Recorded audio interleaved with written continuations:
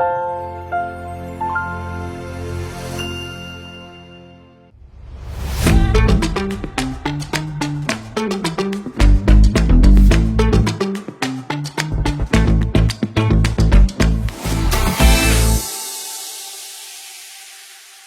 புதிய மாதத்திலும் ஆண்டவர் நமக்கு கொடுத்த வாக்குத்தத்தம் 2 கொரிந்தியர் 9:10 வாசிக்கிறோம்.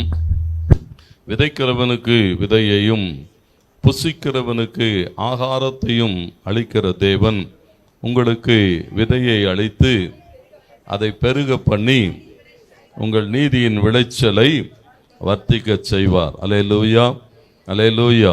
எவ்வளோ பேருக்கு இந்த வாக்குத்தத்தம் இந்த மாதம் நம்ம எடுத்திருக்கிறோம் தெரியும்? சும்மா கை தூக்கி காட்டுங்க. கர்த்தர் உங்களை ஆசீர்வதிக்கட்டும்.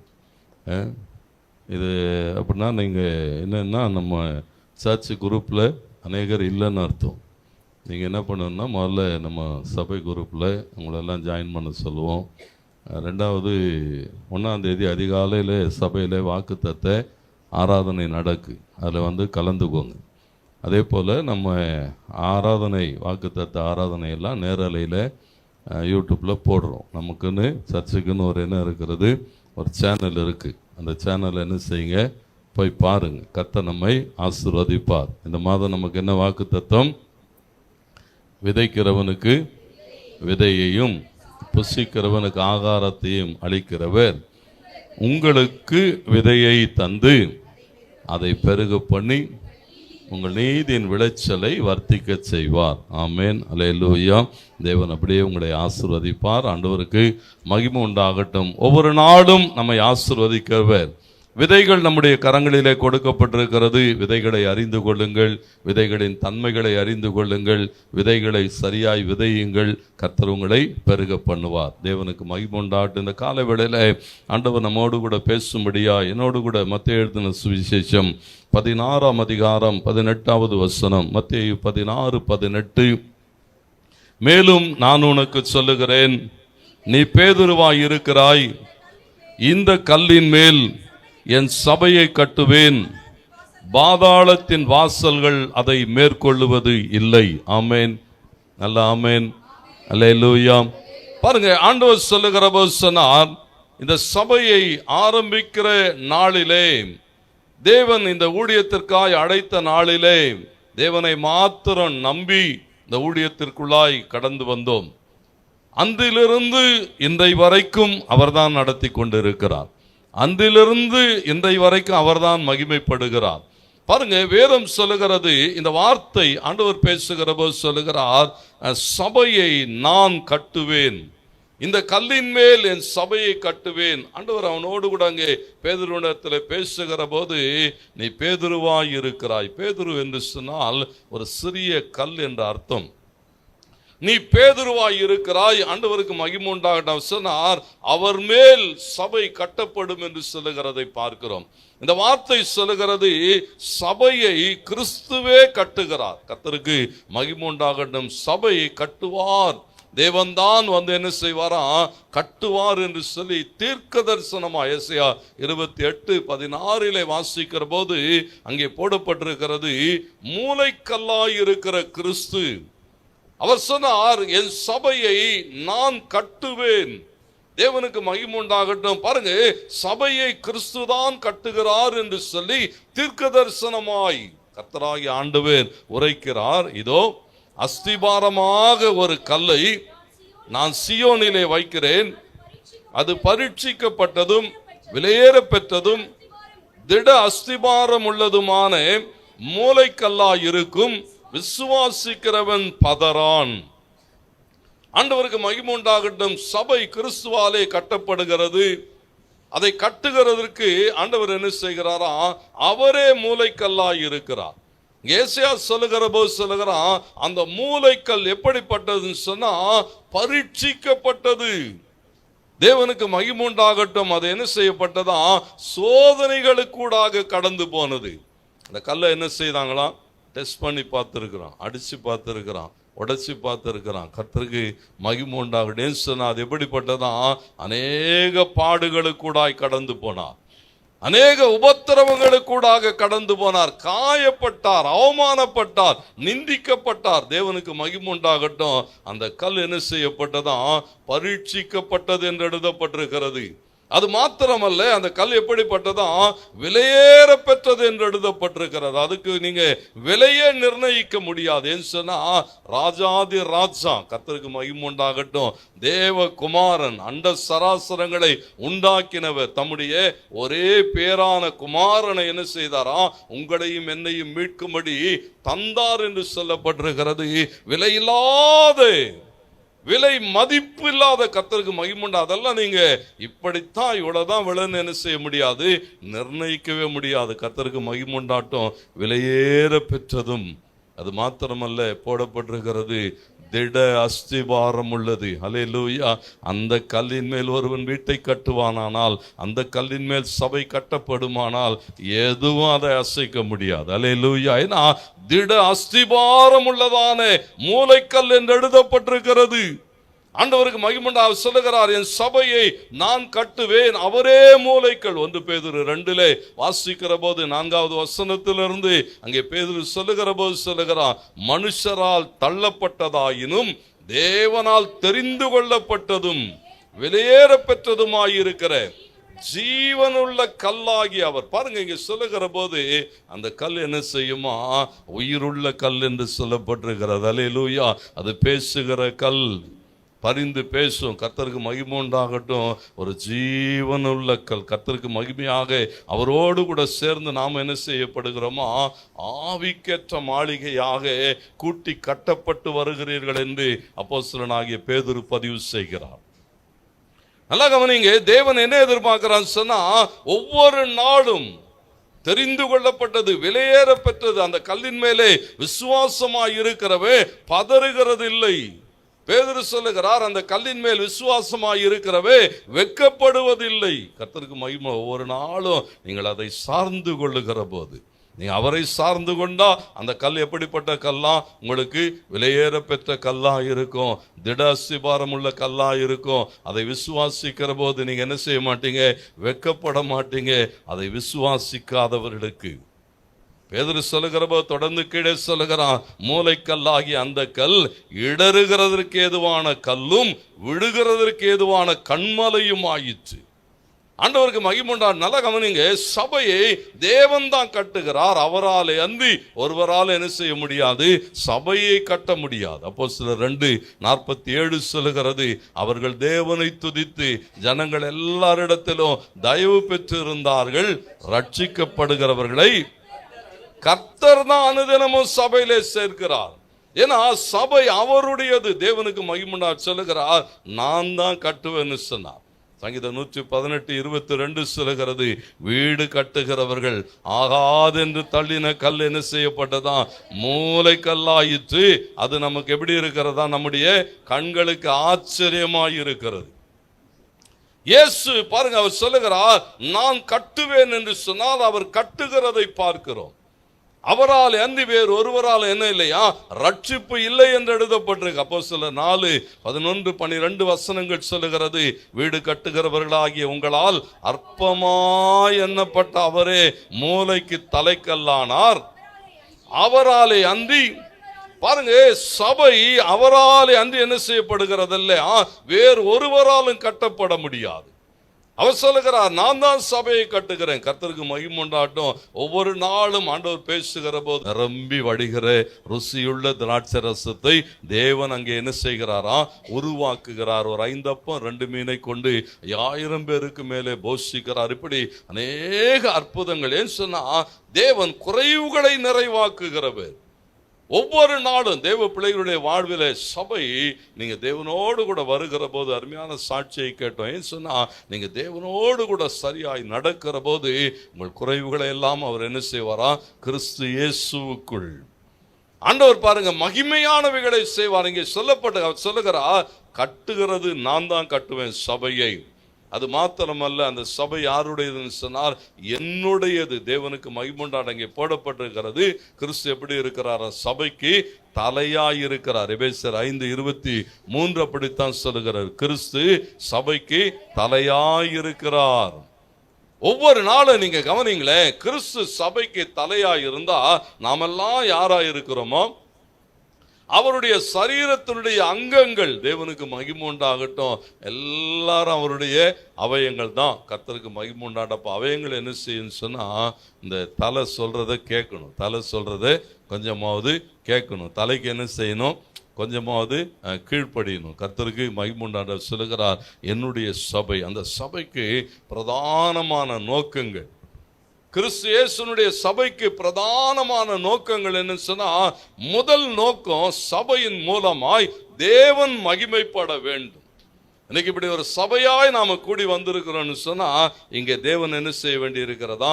மகிமைப்பட வேண்டும். எபிரேயர்ல வாசிக்கிறோம் 2ஆம் அதிகாரம் 12வது வசனத்தில் போடப்பட்டிருக்கிற சொல்லுகிறான், உம்முடைய நாமத்தை என் சகோதரருக்கு அறிவித்து சபையின் நடுவில் உம்மை.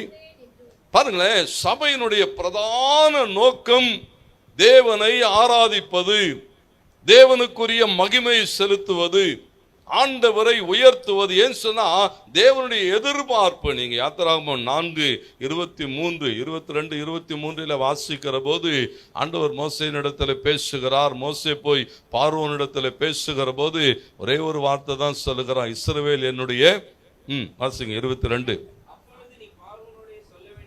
என்னவென்றால், இஸ்ரவேல் என்னுடைய குமாரன், என் சேஷ்ட புத்திரன், எனக்கு ஆராதனை செய்யும்படி என் குமாரனை. ஆண்டவர் பாருங்களேன், முதல் எகிப்திலிருந்து ஜனங்களை வெளியே கொண்டு வருகிற போது முதல் நோக்கமே என்ன தெரியுங்களா? அவர்கள் எனக்கு,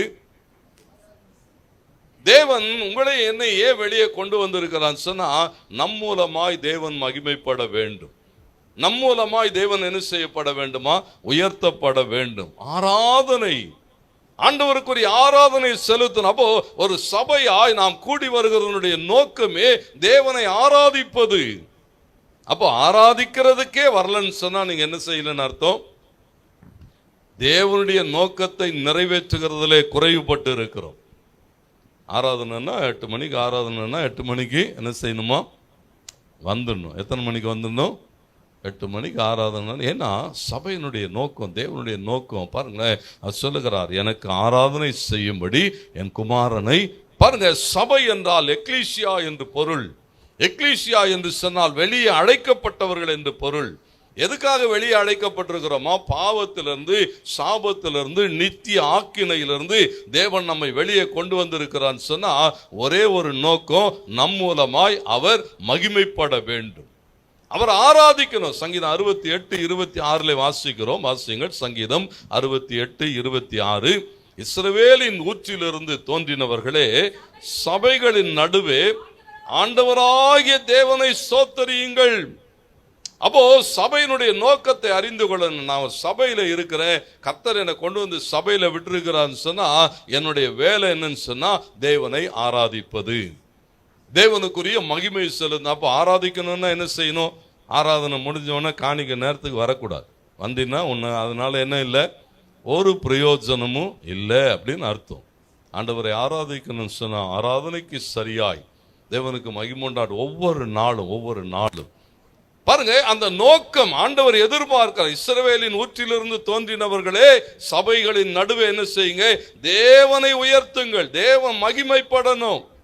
ஒவ்வொரு நாளும் சங்கீதம் 111:1 சொல்லுகிறது, அல்லேலூயா, செம்மையானவருடைய சங்கத்திலும் சபையிலும் கர்த்தரை முழு இருதயத்தோடும். எப்படியா? கர்த்தரை முழு இருதயத்தோடும். ஆனா இன்னைக்கு எப்படி இருக்கு ஆராதனையில? ஒரு ஆள் நடத்தணும் பாருங்க, ஒரு ஆள் என்ன செய்யணும்?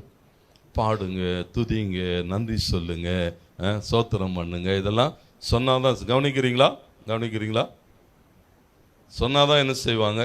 அப்படின்னா என்ன அர்த்தம் சொன்னா, அங்க என்ன இல்லை, முழு இருதயத்தோடு தேவனை சபைகிட்ட ஆண்டவருடைய எதிர்பார்ப்பே தேவனை துதியுங்கள். சங்கீதம் 149:1 சொல்லுகிறது, கர்த்தருக்கு என்ன செய்யுங்க? புது பாட்டை பாடணும். டெய்லி என்ன செய்யக்கூடாது? அரைச்சமாவே அரைக்கக்கூடாது. வருஷம் பூரா என்ன செய்யக்கூடாது? அல்லேலூயா, கர்த்தருக்கு சோத்திரம், என் வயிறு வலி நல்லா ஆயிடுச்சுன்னு வருஷம் பூரா அதே இல்லை. கர்த்தருக்கு மகிமை. ஒவ்வொரு நாளும் அவர் என்ன செய்யணும்? மகிமைப்படணும். எப்படி? புது பாட்டு, தேவனுக்குரிய புது பாடல்கள். ஒரே பாட்டை வருஷம் பூரா பாடுறது கர்த்தர் நம்மளை கூப்பிடல. எது கூப்பிட்டு இருக்கிறாரா? சாட்சி அப்படிதான் இருக்கணும். தேவனுக்கு மகிமை உண்டாகட்டும். ஒவ்வொரு நாளும் கர்த்தர் என் மூலமாய் மகிமைப்படணும். நான் போன இப்படி ராஜ்யத்தின் சுவிசேஷத்தை சொன்னேன், ஆட்கள் ரட்சிக்கப்பட்டார்கள். அல்லேலூயா. அதுதான் என்னது? புது பாடல். ஆண்டவர் மகிமைப்படும்படியாய் தேவன் என்ன எதிர்பார்க்கிறான்னு சொன்னா, மனம் திரும்புகிற ஒரு பாவியின் நிமித்தம் பரலோகத்திலே ஒரு பெரிய சந்தோஷம் உண்டாகுன்னு சொன்னா, பரலோகத்தை சந்தோஷப்படுத்துகிறதான வேலைகளை தினமும் செய்யணும். ஒவ்வொரு நாளும் புது பாட்டு. தேவனுக்கு மகிமை உண்டாகட்டும். சபையை தேவன் எதற்கு உண்டாக்கினான்னு சொன்னா, பூமியிலே தேவனை ஆராதிக்க நீங்களும் நானும் தேவனாலே உருவாக்கப்பட்டிருக்கிறோம். அப்ப ஆராதனை இல்லாத சபை அது ஒரு செத்த சபை. ஆண்டவர் பாருங்க, ஜீவனுள்ள கல் என்று எழுதப்பட்டிருக்கிறது. அவராலே கட்டப்பட்ட சபை எப்படி இருக்கணும் சொன்னா, ஜீவனுள்ள சபையாக அது சத்தியத்திற்கு தூணும் ஆதாரமுமாய் இருக்கிறதாம். எனக்கு அப்படி இருக்கணும். தேவனுக்கு மகிமை உண்டாகட்டும். இன்றைக்கு நீங்க யோசிச்சு பாருங்க, இருக்கிற பிள்ளைகள், வாலிப பிள்ளைகள் கவனிங்கள். உங்களோடு கூட தான் பேசிக்கொண்டு இருக்கிறேன். கொஞ்சம் ஆண்டவருக்காக என்ன செய்யுங்க, வாழ பிரயாசப்படுங்க. ஏதோ ஒரு ஞாயிற்றுக்கிழமை ஒரு நாள் காலையில் ஒரு சர்வீஸுக்கு வந்துட்டா உன் கடமை தீர்ந்துட்டதுன்னு நினச்சின்னா அது என்ன செய்யாது, உன் வாழ்வை ஆசீர்வாதம் உள்ளதாக நடத்துகிறதுக்கு போதுமாக இருக்காது. ஏன்னா தேவன் என்ன எதிர்பார்க்கிறான்னு சொன்னா, தேவனை தொழுது கொள்ளுகிறது, தேவனுக்காக எதையாகிலும் செய்யணும். வர்றதே எப்போ? 8 மணிக்கு ஆராதனை. வாலிப பிள்ளைங்க எத்தனை மணிக்கு? இன்னைக்கு 8 மணிக்கு எத்தனை வாலிப பிள்ளைங்க வந்தீங்க? கை தூக்குங்க பார்ப்போம். கை தூக்குங்க. 1-2 பேரை தவிர. அப்போ என்ன இல்லை? பாரம் இல்லை. தேவ பிள்ளைகள் என்ன செய்யணும்? முன்னால் வரணும். சபையில் போய் நம்ம ஏதாவது செய்யணும், வேலை செய்யணும், ஆராதனைக்குரிய காரியங்களை ஒழுங்குபடுத்தணும். இதெல்லாம் என்ன செய்யணுமா? யார் செய்வா? இன்னும் கூட அந்த வயசான ஆட்கள் தான் இங்கே ஊழியம். இதுன்னு அப்படி இல்லை. சபைகிட்ட தேவன் என்ன எதிர்பார்க்குறான்னு சொன்னால், தேவனுக்குரியவைகளை, தேவனை மகிமைப்படுத்துகிறதுல கொஞ்சம் பாரம் இருக்கணும். ஆண்டவருக்கு மகிமை உண்டாகட்டும். பாருங்க, சபையை குறித்து தேவனுடைய 2வது திட்டம் என்னன்னு சொன்னா, சபை என்ன செய்யணும் சொன்னா, கிறிஸ்துவை அறியாத சமுதாயத்தை சபை சந்தித்தாக வேண்டும். உங்களை என்ன எது கொண்டு வந்திருக்கிறார்? ஏன் நாம் மீட்கப்பட்டிருக்கிறோம் சொன்னா, அப்படியே பரலோகத்துக்கு நேரா. அப்படியா? பிள்ளைங்கள்லாம் அப்படிதான் பாட்டு பாடின்றாங்க. என்ன பாட்டு? ஏ சாமி தங்க டிக்கெட் கொடுப்பாராம். தங்க டிக்கெட்டை வாங்கிட்டு போயிட்டு எங்காவது அடகு வைக்கலாமா தான் இது பார்க்கும். ஏதாவது கிடைச்சதுன்னா ஆண்டவர் என்ன எதிர்ப்பார்? தேவனுக்காக. பாருங்களேன், அப்போஸ்தலர் 1:8 வாசிங்க. எல்லாம் தெரிந்த வசனங்கள் தான். பரிசுத்த ஆவி உங்களிடத்தில் வருகிற போது நீங்கள் எருசலேமிலும்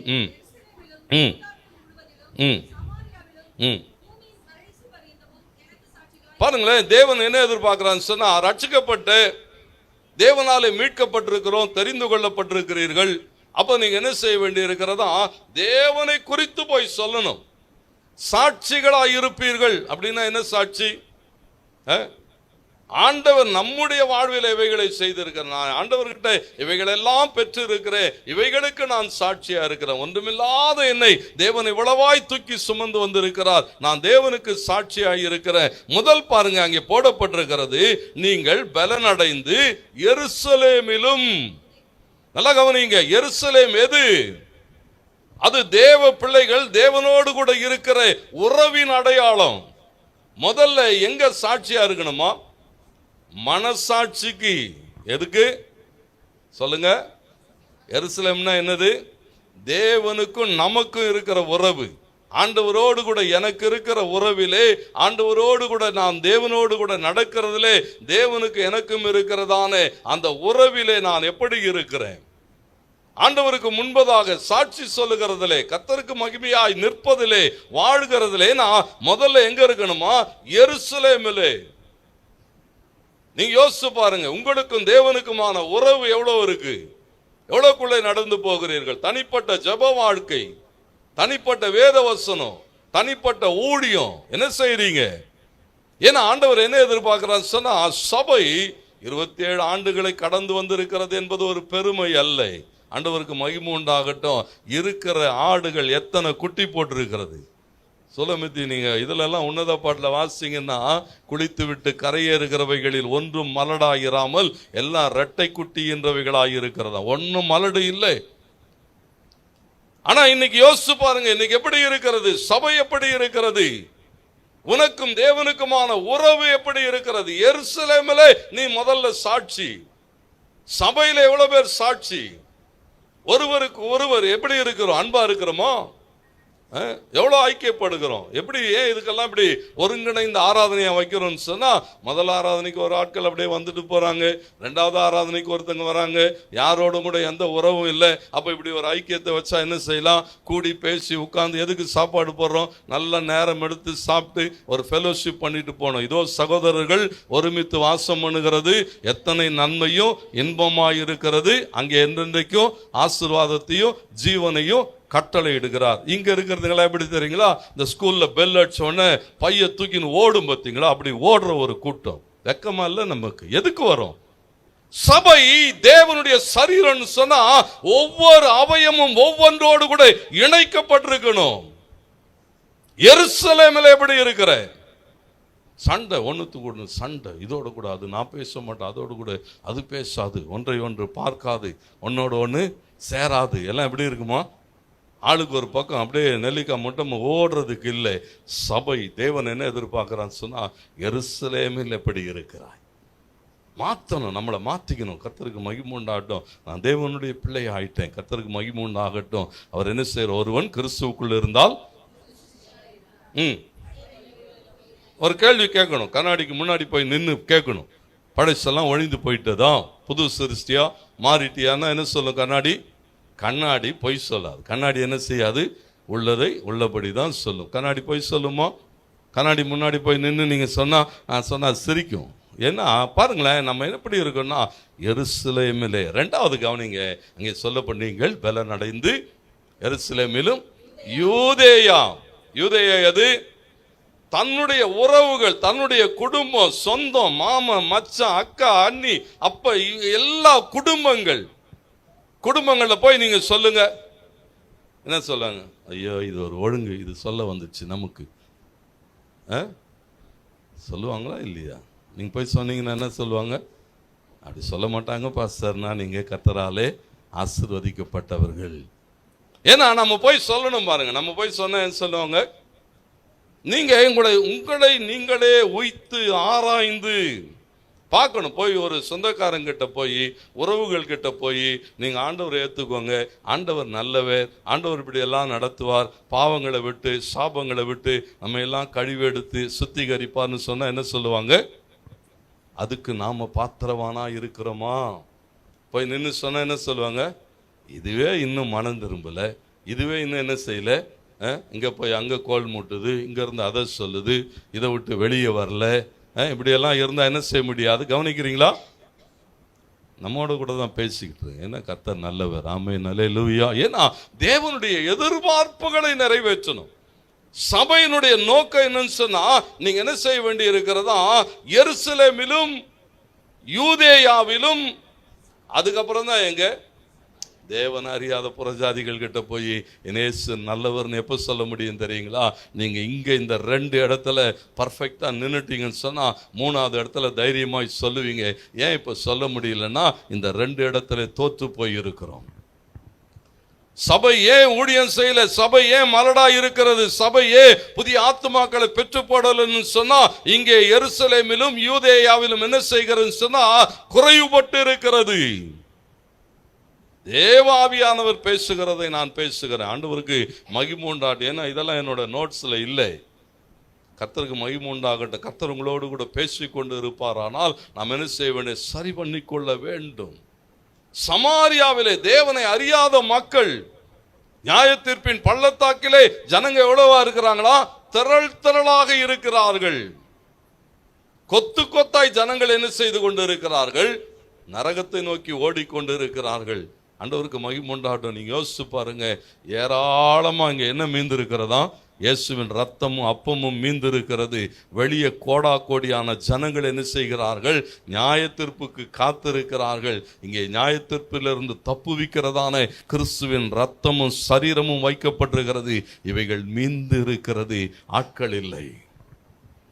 சபை கிட்ட ஆண்டவர் என்ன எதிர்பார்க்கிறான்னு சொன்னா, சமாரியாவை நீங்கள் சந்தித்தாக வேண்டும், புதிய ஜனங்களை சந்தித்தாக வேண்டும், கிறிஸ்துவனுடைய அன்பை சொல்லணும், கிறிஸ்துவனுடைய நோக்கத்தை நீங்க சொல்லணும்னு சொன்னா நீங்க எங்கே சரி பண்ண வேண்டி இருக்கிறதா? எருசலேமிலும் யூதேயாவிலும் சரி பண்ண வேண்டும். ஆண்டவருக்கு மகிமைண்டாண்டு. அதுக்கப்புறம் தான் மத்தேயு 28:19-20 சொன்னார், நீங்கள் உலகமெங்கும் போய் என்ன செய்யுங்க? சகல ஜாதிகளுக்கும் ராஜ்யத்தின் சுவிசேஷத்தை பிரசங்கித்து அவர்களுக்கு என்ன செய்யுங்க? நான் உங்களுக்கு வாசிங்கம்மா, நான் உங்களுக்கு கட்டளையிட்ட யாவையும் அவர்கள் கை கொள்ளும்படி அப்புறம் போய் உபதேசம் பண்ணி, எல்லாருக்கும் என்ன செய்ய? அப்புறம் போய் உபதேசம் பண்ணி ஞானஸ்தானம் கொடு, அவங்கள ஆண்டவருக்குள்ளே நடத்து. ஏன்னு சொன்னால் தேவன் எதிர்பார்க்கிறார். கர்த்தருக்கு மகிமைண்டாட்டும். 3வது சபையினுடைய திட்டம் சீஷர்களை உருவாக்கணும்.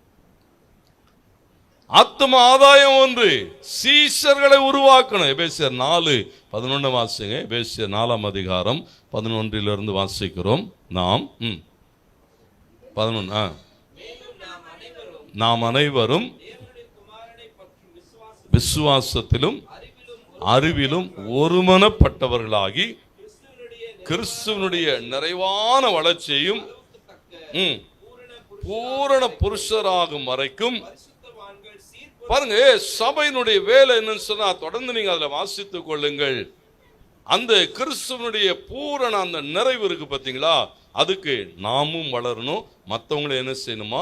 வளர்த்தெடுக்கணும். அடுத்த லெவல் கர்த்தருக்கு மகிமை உண்டாகட்டும் உருவாகணும். சபையில் என்ன உருவாகணும்?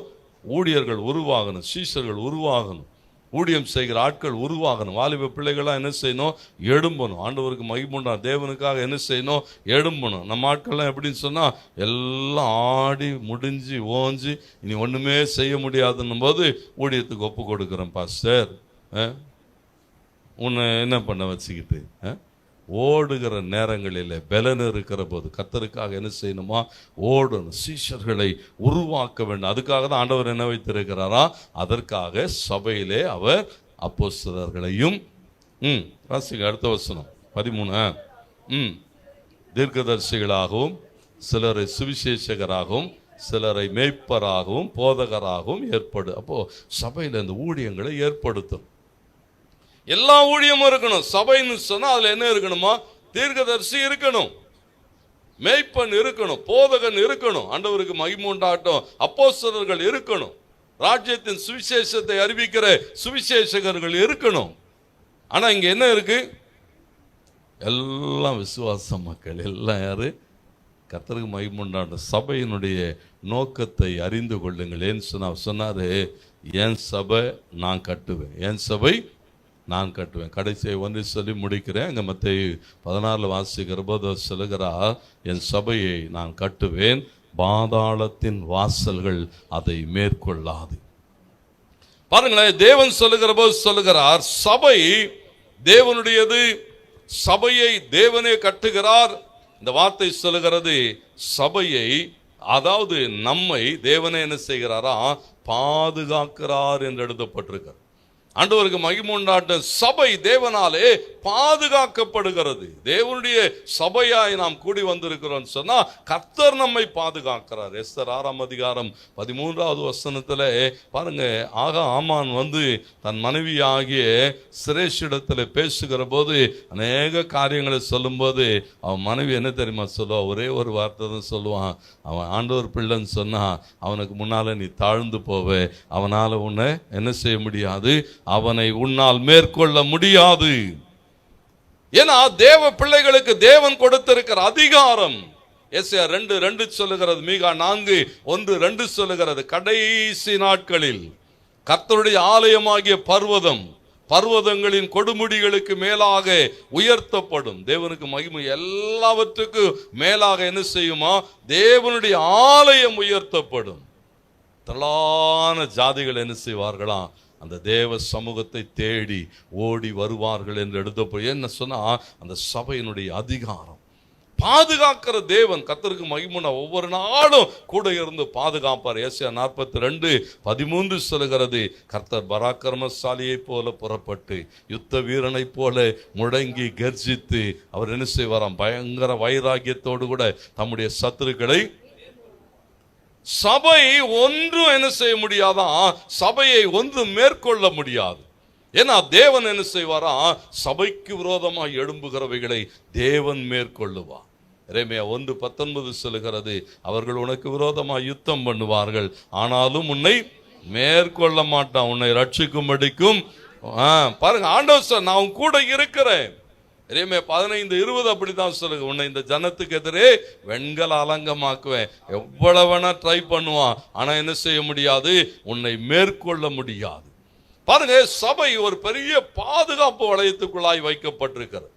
சபையோடு கூட நீங்கள் ஐக்கியமாய் இருக்கிற போது, தேவனோடு கூட ஐக்கியமாய் இருக்கிற போது, ஒவ்வொரு நாளும் கர்த்தர் என்ன செய்கிறாரா, பாதுகாக்கிறார். சொன்னா அதற்காகவே அவர் தம்முடைய ஜீவனை தந்தார். தேவனுக்கு மகிமுண்டாட்டம். அவர் பாதுகாக்கிறது மாத்திரம் அல்ல, லூக்கா 10:19 சொல்லுகிறது, நம்மை அதிகாரம் உள்ளவர்களாக்குகிறார். இதோ சர்ப்பங்களையும் சத்துருடைய சகலவற்றை, கர்த்தருக்கு மகிமை உண்டாகட்டும், மேற்கொள்ள கர்த்தர் நம்ம என்ன செய்கிறாரா, அதிகாரப்படுத்தி இருக்கிறார். ரோமர் 6:14 சொல்லுகிறது, நீங்கள் நியாயப்பிரமாணத்துக்கு கீழ்ப்பட்டிருக்கிறபடினால் பாவம் உங்களை மேற்கொள்ள மாட்டார். ஒவ்வொரு நாளும் ஆண்டவருக்கு மகிமையாக சபையில் இருக்கிறேன்னு சொன்னா, கர்த்தர் எனக்காக யாவையும் செய்கிறார், கர்த்தர் என்னை பாதுகாக்கிறார். நெகேமியா 13:2 சொல்லுகிறது, சபை எப்படிப்பட்ட குணாதிசயம் உடையதுன்னு சொன்னா, சாபத்தை ஆசீர்வாதமாய் மாற்றுகிற சபை என்று எழுதப்பட்டிருக்கு. சபையினுடைய பிரதான தன்மை என்னன்னு சொன்னா, சாபத்தை ஆசீர்வாதமாய் மாற்றும். ஏன்னா சபைக்காக தேவன் என்ன செய்திருக்கிறாரா, ஜீவனை கொடுத்திருக்கிறார், ரத்தம் சிந்தி இருக்கிறார், பிரயாசப்பட்டிருக்கிறார். அதை உணர்ந்து கொள்ளுகிற போது, நீங்கள் நான் இன்றைக்கு சபையா இருக்கிறோன்னு சொன்னா, அதற்காக தேவன் கொடுத்திருக்கிற விலை அதிகம். உணரணும். கர்த்தருக்கு மகிமை உண்டாகட்டும். ஆண்டவர் எனக்காக இவைகளெல்லாம் செய்திருக்கிறார். பாருங்க, ஒரு சின்ன ஒரு கதையை படித்தேன், ரொம்ப ஆச்சரியமாக இருந்தது. ஒரு சாலையில போய்கொண்டு இருக்கிற போது பார்த்தீங்கன்னா, இந்த வாலிப பிள்ளைகள் அப்படியே அந்த 3 பேர் ஒரு பைக்கில் போகிறாங்க. கீழே விழுந்து அடிபட்டு ஒருத்தனுடைய மண்டை உடஞ்சி அப்படியே ரத்தம் பாருங்க. அந்த பிள்ளைகள்லாம் அப்படியே கிடக்க, தூக்குகிறதுக்கு ஆட்கள் இல்லை. அப்போ எல்லாரும் யார் இது, என்ன பண்ணலாம், ஏது பண்ணலாம், இப்படி தான் பேசி கொண்டு இருக்கிற போது ஒரு சகோதரி அங்கேருந்து ஓடி வந்து, ஐயோ மகனே என்ன இப்படி, அப்படியே பாருங்களேன், அவங்களால அதை தாங்கி கொள்ள முடியலை. அந்த பிள்ளையை தூக்கி அவங்க மடியில் போடுக்கிறாங்க. அவங்க அந்த புடவை முழுவதும் அப்படியே ரத்தம் பாருங்க. யாராவது ஒரு ஆட்டோவை கூப்பிடுங்களா, ஐயோ பிள்ளைய என்ன பண்ணுவேன், அவங்க அப்படியே கதறுகிறார்கள். அந்த பிள்ளையை தூக்கி ஆட்டோவில் போட்டுக்கிட்டு வேற பக்கத்தில் இருந்த ஒரு மருத்துவமனையில், ஒரு ப்ரைவேட் கிளினிக்கில் கொண்டு போய் அந்த பிள்ளையை சேர்க்குறாங்க. சேர்த்தோன்னே அவங்க எல்லாம் பார்த்துட்டு அவங்க சொல்கிறாங்க, இல்லை இதெல்லாம் இந்த மருந்தெல்லாம் நீங்கள் வாங்கிட்டு வந்து கொடுங்க. அவங்க எழுதப்பட்டிருக்கிற சொல்கிறாரு, இந்த மருந்தை வாங்குகிறதுக்கு அவங்க பக்கத்தில் இருந்த ஒரு மெடிக்கல் ஷாப்பில் போய் இதெல்லாம் கேட்கும்போது பாருங்களேன், அவர் என்ன சொன்னார்னா, எல்லாம் சரி, பணம் இல்லை இவங்ககிட்ட, ஒன்றும் இல்லை, அவசரம் அப்படியே தூக்கி போட்டுட்டு வந்துட்டாங்க. இப்போ அவங்க பணம் கேட்குற போது அவங்க சொன்னாங்களா, கையில் இருந்த வளையலை கழட்டி கொடுத்துருக்காங்க. அவர் எல்லாத்தையும் கொடுத்துட்ருக்காரு. கொடுத்துட்டும் அவருக்கு ஒரு சந்தேகம், ஒருவேளை இந்த வளையல் ஏதாவது கவரிங்காக இருந்துட்டதுன்னா. உடனே என்ன பண்ணாரா, அவர் அவங்க ஃபோனையும் கொடுங்கன்னு வாங்கிட்டார். நீங்கள் காசை கொடுத்துட்டு இதை வாங்கிட்டு போங்கன்னு. பாருங்கள், அந்த தாய் அந்த இதுலேயும் அப்படியே அதை வாங்கிட்டு ஓடி அந்த மருத்துவமனையில் கொண்டு போய் கொடுத்து அதெல்லாம் அவங்க ட்ரீட்மெண்ட் பண்ணிகிட்ருக்குறாங்க. இந்த கடைக்கார் பார்க்குறாரு, இந்த லஞ்ச் டைம் ஆகிட்டது, இந்த பொண்ணு எல்லாத்தையும் மருந்து மாத்திரெல்லாம் வாங்கின்னு போயிடுச்சு, இதெல்லாம் கொடுத்துட்டு காசை கொண்டு வரும்னு சொன்னாங்க. ஆனால் அந்த அம்மா வரவே இல்லைன்னு சொல்லி அந்த பக்கத்தில் இருந்த அந்த கிளினிக் தானன்ட்டு நேராக உள்ளே போய் பார்க்குற போது, அப்போ தான் அந்த அடிப்பட்டவனை பார்த்தா, அந்த அடிப்பட்டவன் இவரோட மகன் பாருங்க. அப்போ தான் அவரால் என்ன பண்ண நேற்று அப்படியே கதறி அழுவுறான், ஐயோ இது ஏன் மகனாச்சே. அந்த அம்மா கிட்ட கேட்குறான், அம்மா இது ஏன் மகனாச்சே, உங்கள் மகன்னு சொன்னீங்களேன்னா. அந்த தாய் சொன்னாங்களா, யாரோட பிள்ளையா இருந்தா என்னங்க, பிள்ளையை காப்பாற்றணும். பாருங்கள், அவர் அந்த அம்மா காலில் விழுந்து அழுதாராம். ஏன்னு சொன்னால் பாருங்களேன், நீங்களும் நானும் யாரென்றே அறியாத போது வேதம் படித்தான் சொல்லுது, நாம் பாவிகளாக இருக்கையில் கிறிஸ்து நமக்காக ஜீவனை கொடுத்து இவ்வளோ பெரிய அன்பு. அந்த அன்பை உணர்ந்து கொண்டா சபையை உங்களால் நேசிக்காம இருக்கவே முடியாது. கர்த்தருக்கு மகிமை உண்டாகட்டும். சபை அவருடையது. சபை அவர்தான் கட்டுகிறார், அவர்தான் சபையை பாதுகாக்கிறார்.